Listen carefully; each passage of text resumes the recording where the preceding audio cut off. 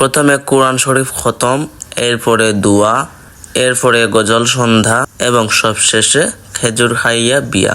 আসসালামু আলাইকুম রহমতুল্লাহ। আমার গ্রামের একজন বড় ভাই আব্দুল্লাহ আল মুমিন তাই আমারে বিয়ার দাওয়াত দিছিল। আমি আইলাম তাইনোর বাড়ি বিয়ার আগর দিন রাইত আইয়া দেখি যে সুন্দর কোরআন তিলাওয়াত করা হর। তাইনের যে কাইলাম তাইন হইলা যে কোরআন খতম দেওয়া হইব। তো খতম শেষে আমরা সকল বই গেলাম দোয়া শেষে শুরু হইল গজল সন্ধ্যা। গজল সন্ধ্যা আসলে খুব মনোমুগ্ধকর হয়েছে। তাইনোর বন্ধু বান্ধবর লাগে উনারা আসলে খুব সুন্দর সুন্দর গজল গাইয়া মানুষের মনোমুগ্ধ করছেন। আসলে বিয়ার মাঝে যে গানটা কি গজলে সৌন্দর্য বাড়ায় এটা আমি আমার ফার্স্ট টাইম দেখলাম এবং বুঝলাম। তো মাশাআল্লাহ অনেক সুন্দর গজল হয়েছে আর অনেক সুন্দর একটা অনুষ্ঠান হয়েছে, ইসলামিক অনুষ্ঠান। তো গজল সন্ধ্যার পর আমরা ঘুমাই গেলাম। ঘুমাইবার পরের দিন আমরা রেডি হইয়া বাইরে নিয়ে রওনা দিলাম বিয়ার উদ্দেশ্যে। বিয়ার যাওয়ার পথে মাশাআল্লাহ কোনো ঝামেলা হয়েছে না। বিয়ার সোজা গেলাম কি মসজিদ, যে গ্রাম বিয়া ও গ্রামের মসজিদ। এখানে গিয়ে একটু সময় অপেক্ষা করলাম। তারা খাতা কলমের কাজ শেষ হয়েছে, মানে খাবিনোর কাজ শেষ হয়েছে। তাইন কিন্তু দেনমোহরের সম্পূর্ণ টাকা নগদ দিরা, কারণ এটা ইসলামী নিয়ম। পরে ভাইয়া সাইন দিলা। সাইন দেওয়া শেষে আমরা সবাই ভাইয়ের লাগে দোয়া করলাম যাতে তাইনোর দাম্পত্য জীবন সুখের হয়। দোয়া পড়া শেষে প্রত্যেকের খেজুর দেওয়া হয়েছে।